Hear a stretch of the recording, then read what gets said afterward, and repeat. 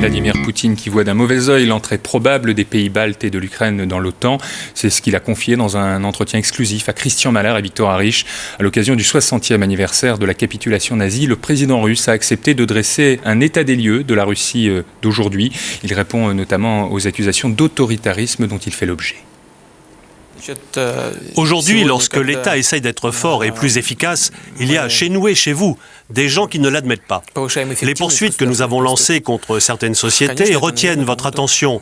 Vous faites leurs avocats, alors qu'avec certains autres groupes, elles ont essayé de s'emparer des propriétés de l'État.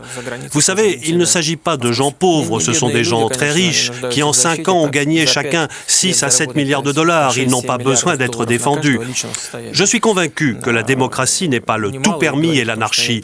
Je suis persuadé que l'économie de marché ne doit pas s'accompagner de l'appauvrissement de millions de gens et de la concentration de milliards entre les mains de quelques personnes. Ce sont là des procédés criminels. Je suis déterminé à poursuivre l'économie de marché, à développer le multipartisme et renforcer l'indépendance des médias par le biais de leur autonomie financière.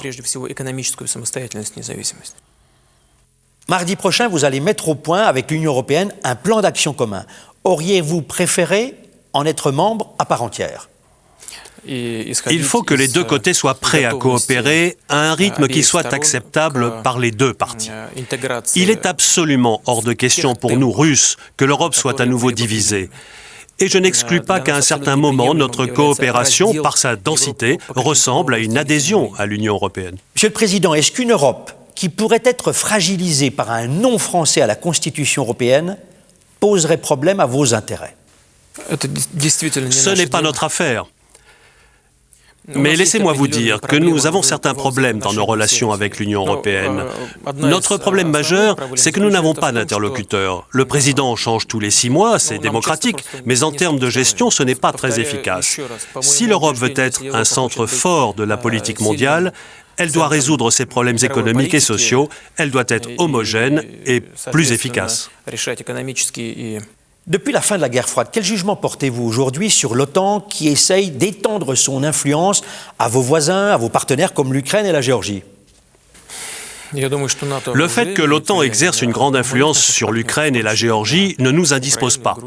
En revanche, tout élargissement de l'OTAN n'améliorerait pas la sécurité du monde. Je ne vois pas en quoi l'élargissement à nos voisins baltes, par exemple, peut améliorer la sécurité du monde. Cela dit, si d'autres républiques de l'ex-URSS adhèrent à l'OTAN, nous respecterons leur choix. C'est leur droit souverain en matière de défense, mais certains problèmes pourraient surgir dans le cadre de notre coopération militaire avec l'Ukraine, qui est énorme. Cette coopération est à un tel niveau que s'il devait y avoir une présence militaire de l'OTAN en Ukraine, je n'y maintiendrai plus nos technologies de pointe et nos armements sensibles. L'Ukraine pourrait alors avoir des problèmes, je le dis franchement. Enfin, au moment où nous allons commémorer le 60e anniversaire de la victoire, je veux dire que c'est une chance de pouvoir tourner définitivement cette page douloureuse de l'histoire de l'Europe. Elle est à la base de la concorde, de la réconciliation. Cela nous permettra d'élaborer des principes clairs et compréhensibles qui vont nous guider dans les années à venir.